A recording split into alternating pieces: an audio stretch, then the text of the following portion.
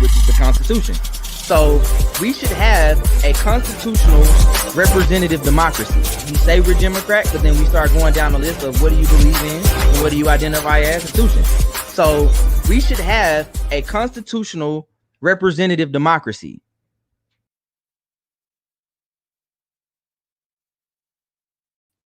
Yo, good peoples, neighbors and Christian friends, atheists and agnostics. What's up? Thank you for tuning in to Be the People tonight. I am your humble host. I am Lawrence Sanders Jr., and I appreciate you joining me tonight. If you are driving home, please be safe. It is crazy, crazy, crazy, crazy out there. But if you're here hanging out with me tonight, hey, let me know you're here. Drop a comment in the comment section. Let me know you are present. Got an interesting show tonight. Try to get in, try to get in, try to get out. But it is a lot happening. Thank you again for joining Be the People. Again, this is not a show just where we talk about stuff. This is a call to action. Again, we have to know, we have to arm ourselves with information. We got to know what's happening, and then we have to we have to move. Right? We have to. There's something that we have to do on our part, and then whenever we move, what happens from that point is we see the change that we want to see. Yo, Charles, what's going on? Welcome. Thank you for hanging out. So we're gonna get straight into it. So tonight we're not gonna talk about the Constitution tonight. And I found we'll talk about that later. We're not gonna talk about the Constitution tonight. I want to talk to us tonight about Shaun Lucas, who was arrested for killing Jonathan Price. And so if you are not familiar with the story, of course, as we know, there are so many details that have to come out. There's always an investigation that happens again, right? Yeah, not another one, man. Hey, Lamar, Chef Shahana, I got it right that time. This one was crazy. This one was super, super, super, super crazy. This situation, it doesn't surprise that this is happening. And the thing I want to talk today, really more so, first of all, I want to talk about the officer that was arrested, but I also want to talk about the young man whose life was taken.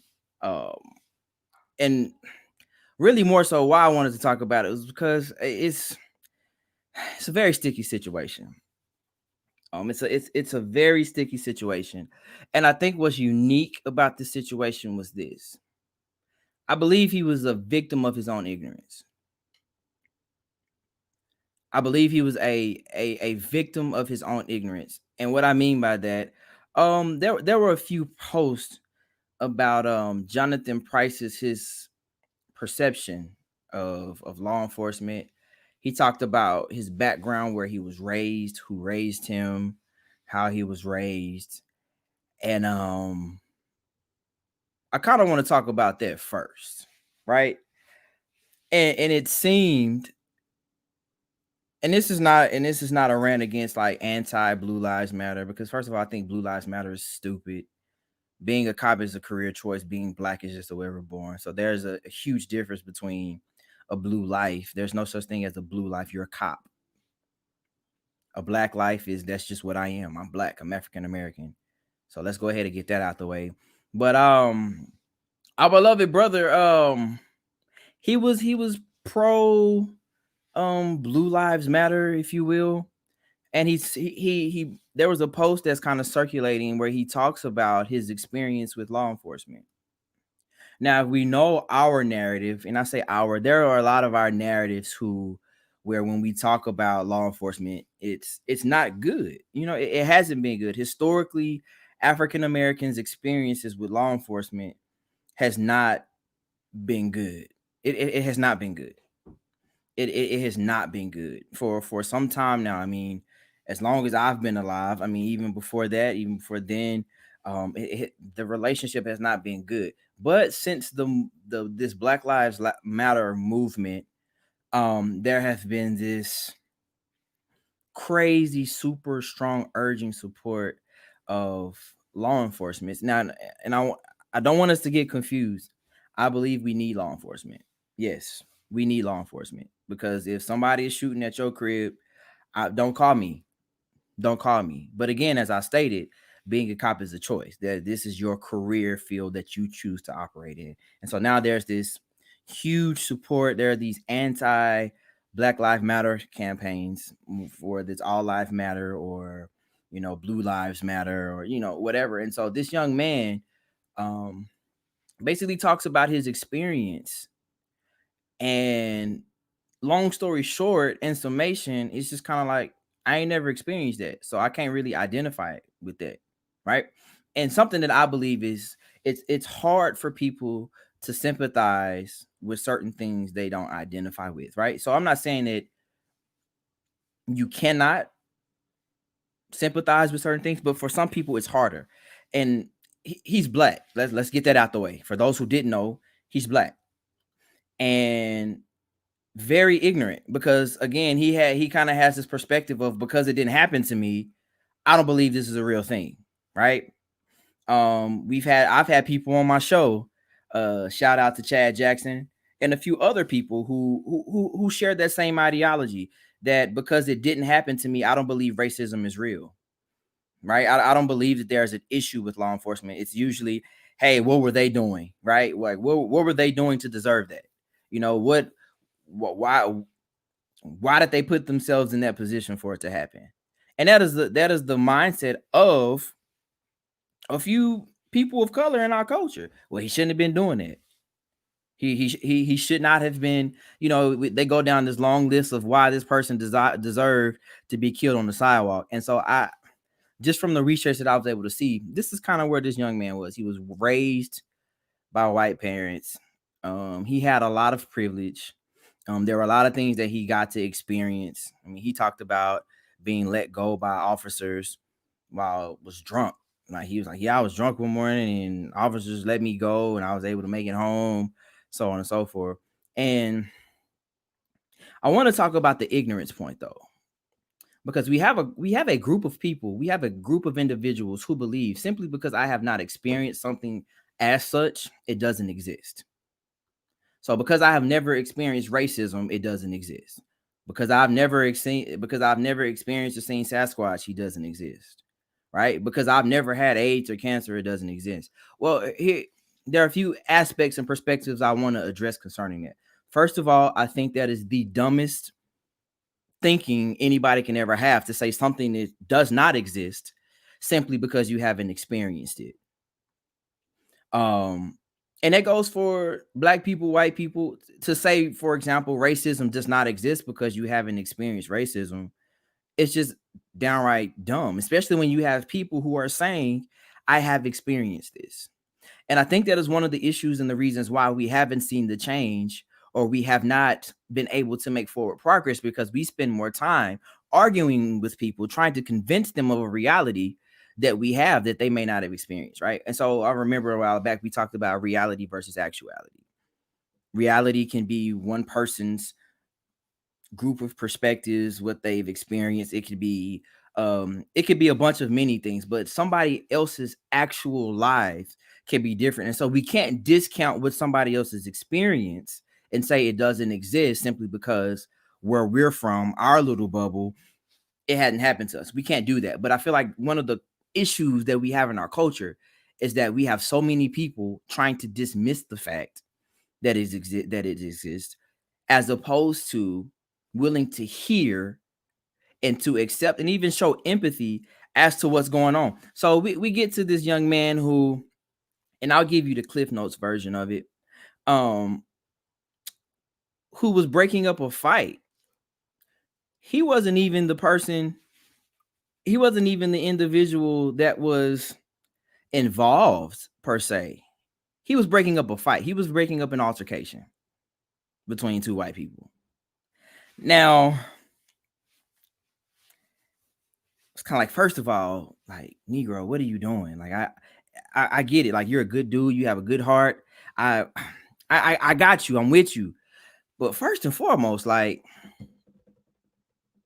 I don't know too many people of color who run into break up two white people fighting. Like, that's just That's just a bad situation to be put in, because my first thought is, yo, if the cops do come, especially with the climate that we live in, it's easy for me to be mistaken as a perpetrator, right? Because you have two white people and one black person, and it would be easy for them to say, yo, it's him, it's him. Like, we've seen countless clips and videos of where this happens.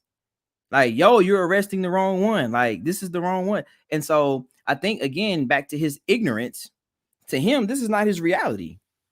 This is not his reality. So he runs into the burning house. He runs to break up the altercation. And as the story goes, um, the law enforcement arrive. They give him the command, raise your hands, blah blah blah, put your hands up. And the cop statement was, he attempted to detain Jonathan Price. And it's like Jonathan Price was not even involved other than trying to break up the situation. And so what happens is Jonathan Price is tased. They tase this guy, right? They tasered him. And then because of the way he responded to the tase, they shot the dude. Like, they shot the dude because he was tased. A black man was tased, right? And then the way he responded seemed threatened, so they had to shoot him. And so now that talks about the perspective of how they see us, right? Like, I don't care how you see them. I could not care less about your perspective of how you see them. But I say this again, Jonathan Price was a victim of his own ignorance, because you saw law enforcement as a friend, as a whole. And because at this point your experience with law enforcement was good, there was nowhere in your mind that you would think, or that he would think, that he would end up in the situation that he did. And what happens is he's tased because they're trying to detain him. And I'm pretty sure in his mind, it's like, yo, like, I have nothing to do with this. Like, I have nothing to do with this. Like, he was trying to break up an altercation between two white people. And I'm saying two white people because, again, the two white people live to tell about it. They're alive. It was the African-American male who was shot, trying to do the right thing. But because how law enforcement backing the blue, how the officers saw him, Shaun Lucas, he was shot. Shot. The Good Samaritan was shot. He was shot. And so in this moment, and you look at the picture of Shaun Lucas, and it's like, yeah, you never judge a book by its cover. You don't do that. But I'm just looking at this dude. It's like, he saw this man as a threat. The one who was there trying to do the right thing as a threat.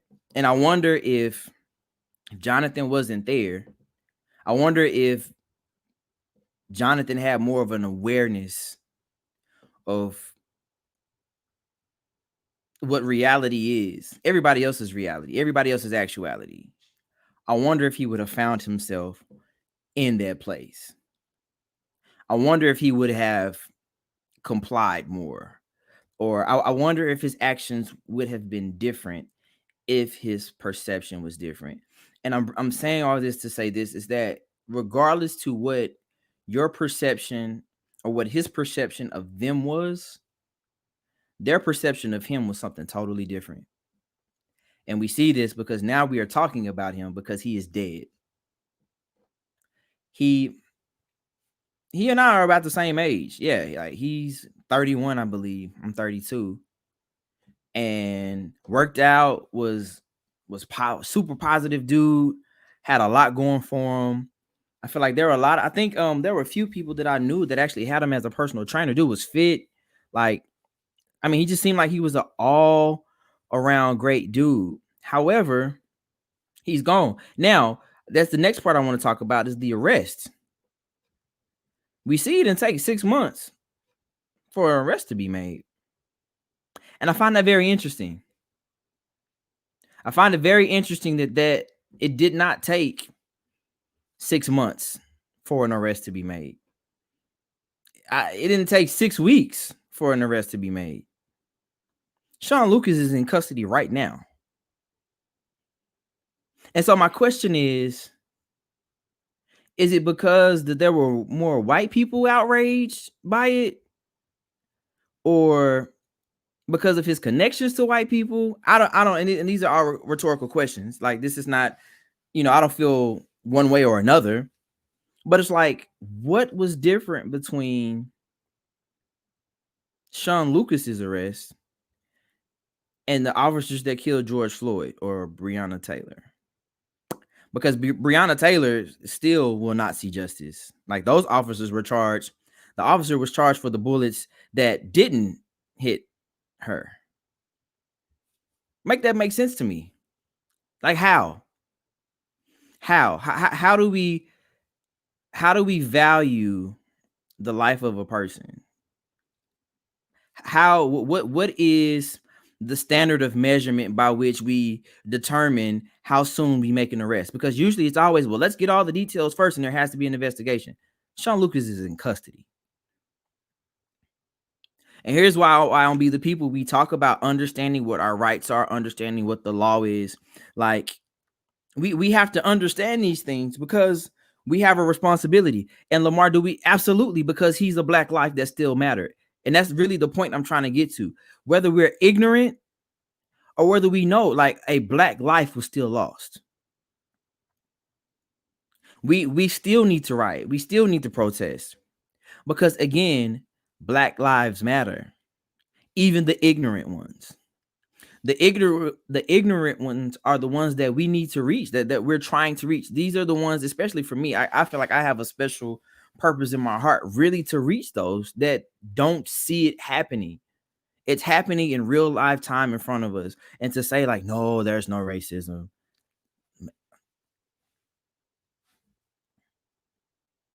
Like, how can you say there's no racism when Jonathan Price is dead? Because it was a good Samaritan. Well, he shouldn't have. Wait, he was a good Samaritan. This had nothing to do with him. It was a domestic disturbance. It was a domestic disturbance. He was intervening in a domestic disturbance when he was shot.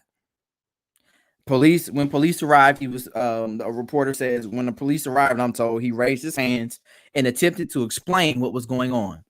Come on, explain this to me. Why was he shot? He lifts his hands in an attempt to explain, this has nothing to do with me. Explain this to me. Help me understand this. He raised his hands and attempted to explain what was going on. Police fired tasers at him, and when his body convulsed from the electrical current, they perceived the threat and shot him to death. It had nothing to do with him being his arm. They saw him as a threat from the beginning. Why? Why was he a threat? Somebody tell me why was he a threat? He was smart? Because he was always trying to help people? No, it's because he was black. And you can say what you want to. But anytime somebody, when law enforcement arrives, show up with their hands up, explaining it's not me, gets tased and killed because he convulsed, you get 100 gazillion volts shot through your body. How do you expect his body to, like, how do you expect his body to respond? You send that much voltage inside through a person, how do you think? But then they got him to death. Like, that wasn't enough. We got to finish him. Lamar said the white couple left and he stayed because the police had been called. Again, I believe that he was a victim of his own ignorance. And if there's anybody who is listening to this who believes that no, law enforcement has our best interest, and please do not get me wrong. Please do not get me wrong. I do not believe that all law enforcement is bad. No, all law enforcement is not bad, but there's enough law enforcement that is there that is it's damning the whole perception of law enforcement. So we talked about being defunded and all this other stuff. Like, nobody's speaking out, and these things continue to happen. It continues to happen. It says CBS Dallas cited witnesses as saying things escalated between Price and the alleged abuser in the domestic dispute, but had calmed down by the time police arrived. It said it wasn't clear why Lucas used deadly force, the station said. Nobody knows why they used deadly force. Nobody knows. This dude had his hands up, which is that's the typical, like, what else are we supposed to do? Like, what hands up, like, don't shoot, like, and then he was tased. This man had nothing to do with the situation and ended up losing his life. Another literally innocent black life was lost. And you can try, what is his criminal background? Nobody cares. Shut up. Shut up. Nobody cares what his background was. Because obviously this guy, he was a good dude. So it goes to show you, regardless to whether you're a criminal or whether you're an activist, whether you have money or you don't have money. Kanye West said it best. He said, even if you in the Benz, you just a nigga in the coupe. That's all you are. That's how they see us. And until that changes, until their perspective of how they see us changes, right? Until we start to do things to get the attention of law enforcement, whether it means taking all of your funding and we figure out another way, because there's no reason why when law enforcement shows up, like, things get worse. That shouldn't be the case. Right, and that's right. Shantae, you're right. But the fact that they made an arrest so quickly, there was nothing to stand on. There was nothing to stand on. So I know I don't have a lot of time left, and I don't want to spend a lot of time on it. I end up spending more time than I want to. But prayers out to Jonathan Price and his family. It's just ridiculous. Like, it's dumb. It's stupid. And the fact that we have to continually prove it. Oh, Wolf City is definitely racist. Definitely. Absolutely. Absolutely. But the fact that another mom has to bury his son, the father has to bury his son, a sister has to bury his brother, cousins have to bury their cousin, who they knew was a good dude, didn't deserve it. It's proof enough that we have to act. Like, we have to act. We have to respond. We have to get legislation passed swiftly. If there's a vote or something, it was like, hey, like, we have to be involved. We must be involved because this has to stop. But this is what I do know. And I'm not condoning this. I'm not saying, but I understand history. This happens long enough. When people get tired, they start to react, and they get past protesting and rioting. People start shooting back. I mean, that's just one or two things are going to happen. Either we're going to be cool with it or we're going to revolt. And I feel like as of right now, like, we're in a place where it's just kind of like, we tired of it, but we not ready to die for it. I think it was I don't remember who T.I. was quoting, but he said, until we're ready to die for this, we will continue to die from it. And I feel like that's where we are.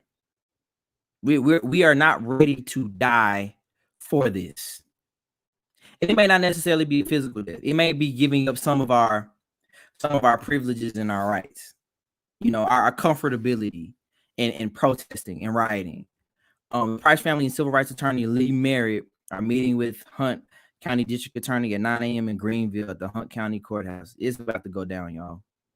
It is about to go down. So prayers out to the Price family, and everybody who was connected to him. It's still a black life, whether it's ignorant or not. He's gone. But moving on, I want to talk about our beloved president who miraculously no longer has COVID after 2 days. What? How does that happen? How does that happen? How does that happen?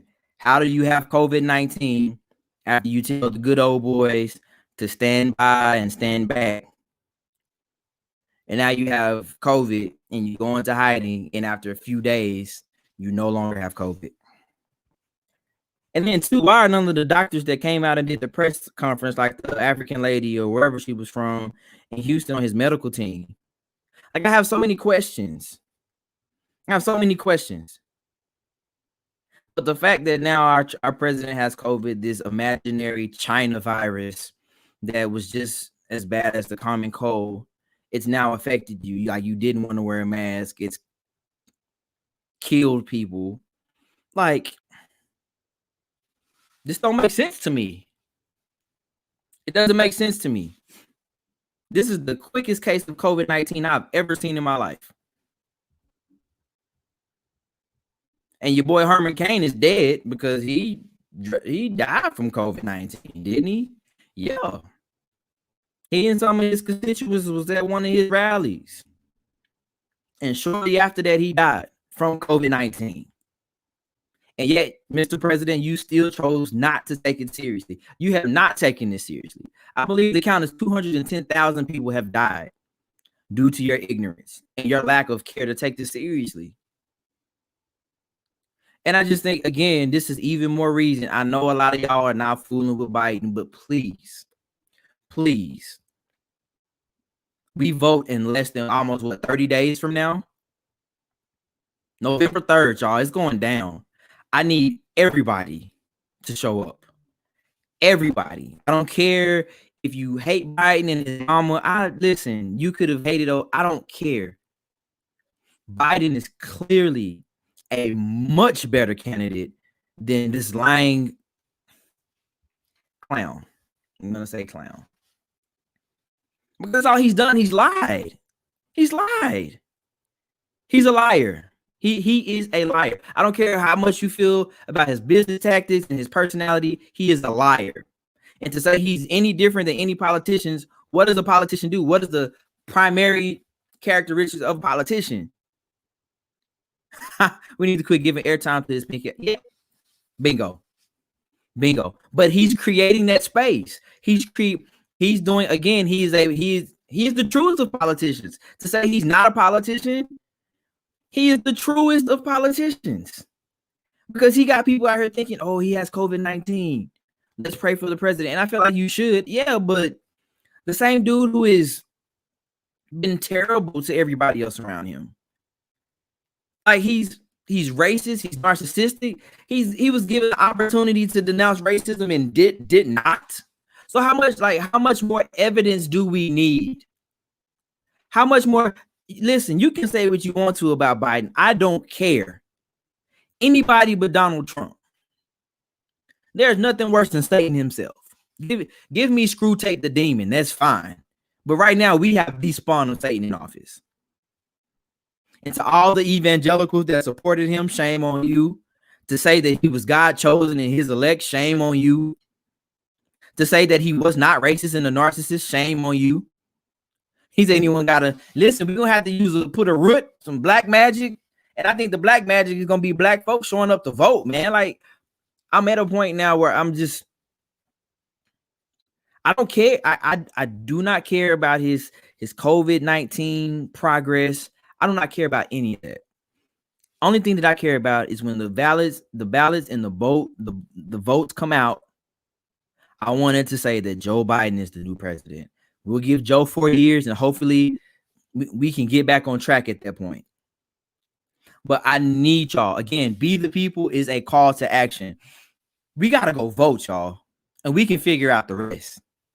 But what I do know is that we have to get him out of office now.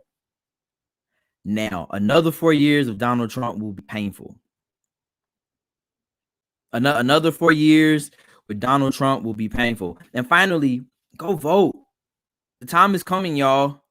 Please, please, please. And I've been talking about this since Be the People started. So this is not just something like, this is not a train that we trying to jump on. No, I've been giving y'all information, been arming us, having discussions, all of that. So we know the power that we have. We have superpowers. And I say superpowers, we have a vote. We have a vote. And so we have to do that. And you're right. Honestly, in my opinion, I really feel like he does not have COVID. I feel like, again, he's trying to get media space. because he goofed in his last debate. First of all, in his not denouncing racism, when he had the follow up, he still didn't do it. So now he's trying to create space again to deflect. That's a political move. Like now we're going to deflect from something else. All right, listen, this is the get out of jail free card. This is the get out of jail free card. I have COVID. Okay. We don't feel sorry for you. We don't. We feel no pity for you. No. Sympathy, maybe. But okay, you have COVID-19. We know you. Our spidey senses were tingling the night of the debate when you didn't denounce racism. If you didn't know, now you know. There was so many people of color, black people was like, oh, I didn't think it was up until now. Like he had the opportunity in that moment to show true leadership. He had that was the alley-oop that probably would have made it very difficult for Joe Biden to run away with this. Because then you would have had some black people that's kind of like, oh, he denounced white supremacy publicly. Like in the public, he said it. Okay, maybe, but nah, he didn't do it. Stand back, stand by. What? We getting ready for something? What?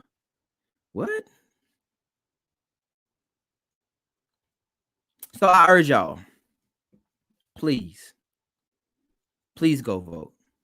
This is bigger than putting this is bigger than putting a black man in office. This is your kids, and your kids, and your kids' future depends on this election in November. And right, you know what, Lamar, you're right, because that was his whole. It was just a common cold. No, it was bad. Like low key, he was hanging on for his life, and he may still be, but he probably not. He probably not. But again, your homie is Herman Cain is dead. He died from COVID-19. So if that wasn't enough proof for you, Mr. President, to wear a mask, cool. Listen, I don't care that neither candidate cares about black people. If that's how you feel, that's fine. Neither candidate cares about black people. One cares about white supremacy, though. And we know that for a fact. I know for a fact that the current president is cool with white supremacists. Did not denounce it, was given the opportunity to directly, and he did not do it. So miss me with both. I don't care. I don't care. That doesn't matter to me. He needs to be out of office. Like telling me that Joe Biden doesn't care about black people doesn't make me want to vote for Trump even more. No, this kind of has to go. He has to go. He's also said the N-word, and you probably said it too. Who cares at this point? And if he said it to the wrong nigga. So what's your point? At this point, November 3rd, show up. That's all I'm asking. Show up to the polls. And if in fact he does lose, then be ready for what happens afterwards, because there's gonna be a lot of angry black and a lot of angry white people, and probably some angry black people too. Oh well. So I'm gonna leave y'all with that. I love y'all. If you have not subscribed to the YouTube channel, I need you to stop what you're doing and go subscribe right now. Like, turn on the notification. If you have any comments, if you have any questions, drop them down in the comment box. We got one more episode before we take a brief hiatus. Y'all, we done already got to like almost 10 episodes. It doesn't seem like it. Time has flown by so fast. I love doing this. Like I said, I love doing this. So we want to grow the show. Tell your friends about it. Tell your mom about it. Drop the link, like, and subscribe. And again, share if you can.